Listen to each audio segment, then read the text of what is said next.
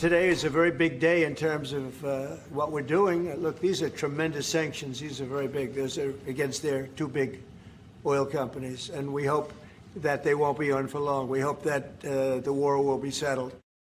President Trump laying out new sanctions targeting Russia's two biggest oil companies. It comes as the administration tries to turn the screws on Russian President Vladimir Putin to end the war with Ukraine. The new sanctions followed Trump's announcement that a planned meeting between him and Putin was called off. Joining us now, editor-in-chief at Foreign Policy magazine, Ravi Agrawal. Ravi, Moscow is already dismissing these new sanctions. These are some of the toughest sanctions yet on Russia by the Trump administration. How quickly could we see them impact the Russian economy and thereby the Russian war machine?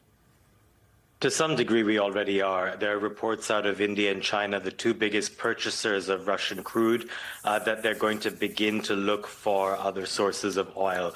One of India's biggest refiners, Reliance, gets about 500,000 barrels a day from one of the two Russian sanctioned companies. It is looking elsewhere already. So that is the reason why oil prices have spiked somewhere between 5 and 8% in the last 24 hours. On this news.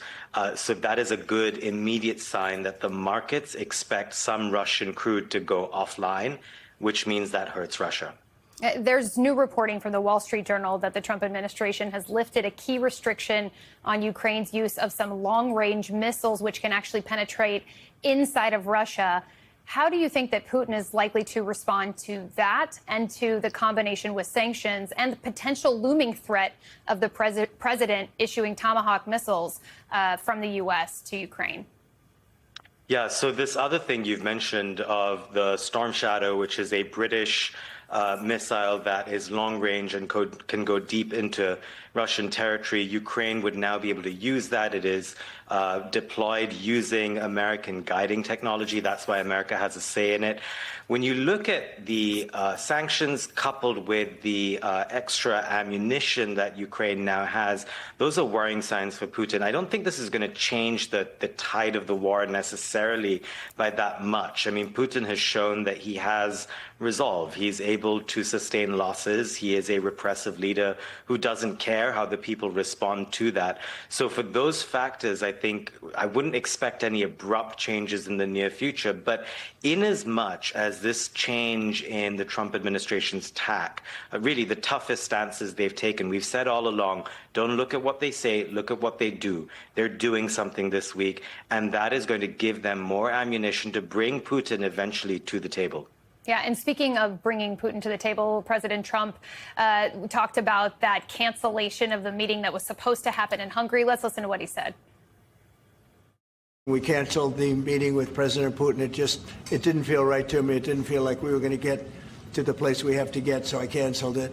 But we'll do it in the future. Every time I speak with Vladimir, I have good conversations, and then they don't go anywhere. They just don't go anywhere. So the president clearly growing more and more frustrated. What does this tell you about where things stand between these two leaders? And is there merit in this moment to speaking to Putin, or should the president just stay the course with the pressure campaign?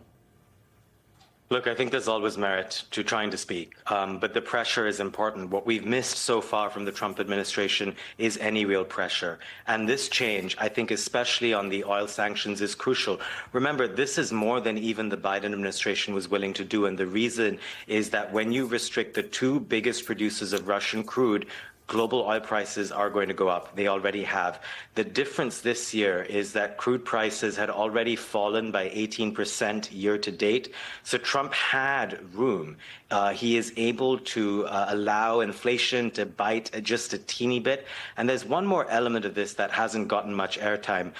Trump is a drill baby drill president. He kind of needs crude prices to be a little bit higher, because only when it is a bit higher is it okay to drill. You have to incentivize that to a degree. So in many ways, the economics have aligned quite nicely in the last week for Trump to take the actions that he's taken, which the Biden administration was not able to do.